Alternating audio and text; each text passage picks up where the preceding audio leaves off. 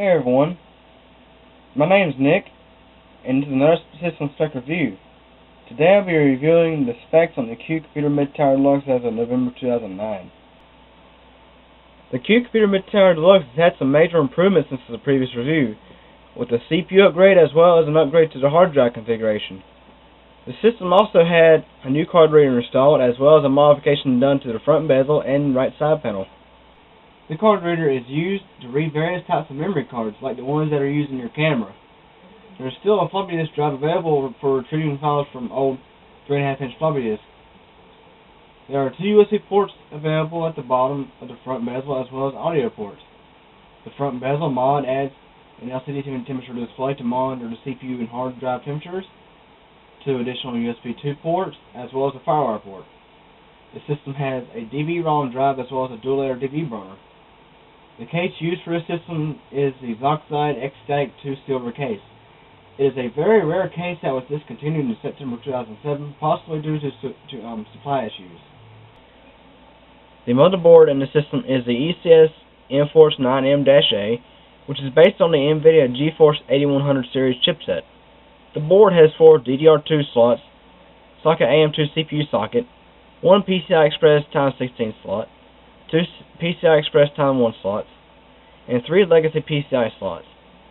The board also has 1 ATA133 connection and 5 SATA connections. Features onboard 6-channel audio, onboard Media Shield RAID, Gigabit LAN, and AM3 CPU support up to 95 watts. This motherboard is a budget all-in-one board that isn't really designed for overclocking. The power supply in this system is the Dynapower AtPower ADW 500 watt power supply, which boasts plenty of power for this particular setup.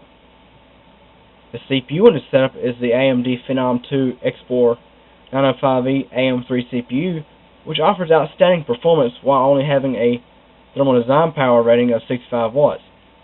The only big drawback to this CPU is that it is not designed for overclocking. It processes data more than twice as quick as the previous dual-core CPU while putting out less heat. Now I'm talking about maybe 5 to 10 degrees Celsius less heat. The CPU cooler in this setup is the Sunbeam Silent Whisper, which is based on 3 U-shaped heat pipes. The cooler keeps the CPU below 43 degrees Celsius at max load, with an ambient temperature of 30 degrees in the case. The memory in this setup is 4 GB of GIL DDR2 800 MHz memory with timings of 5, 5, 5, 15.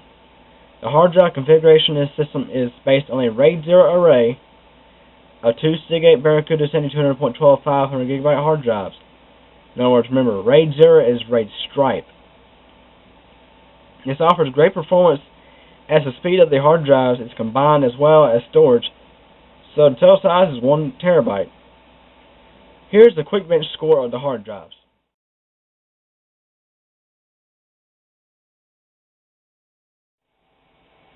This system has Windows Vista Home Premium Service Pack 2 64-bit as an operating system. Even though it isn't the latest operating system from Microsoft, it still offers great performance as an all-in-one operating system. This system scores a 5.9 in everything but the graphics, which scores a 4.0. With Windows 7 installed, the ratings would be higher for the RAM and CPU. The RAM I know is a 7.0, but the CPU is unknown because I had this CPU while I run Windows 7 release candidate. This system includes the Hauppauge WinTV HDR 1250 AMC TV tuner card, which is used to bring TV and video capture support to the system. With Windows Media Center and the included remote control, the system can be used as a home theater entertainment system with DVR capability, meaning you can browse through the program guide and set TV shows to record at certain times, then watch them at your schedule or even burn the shows to a DVD.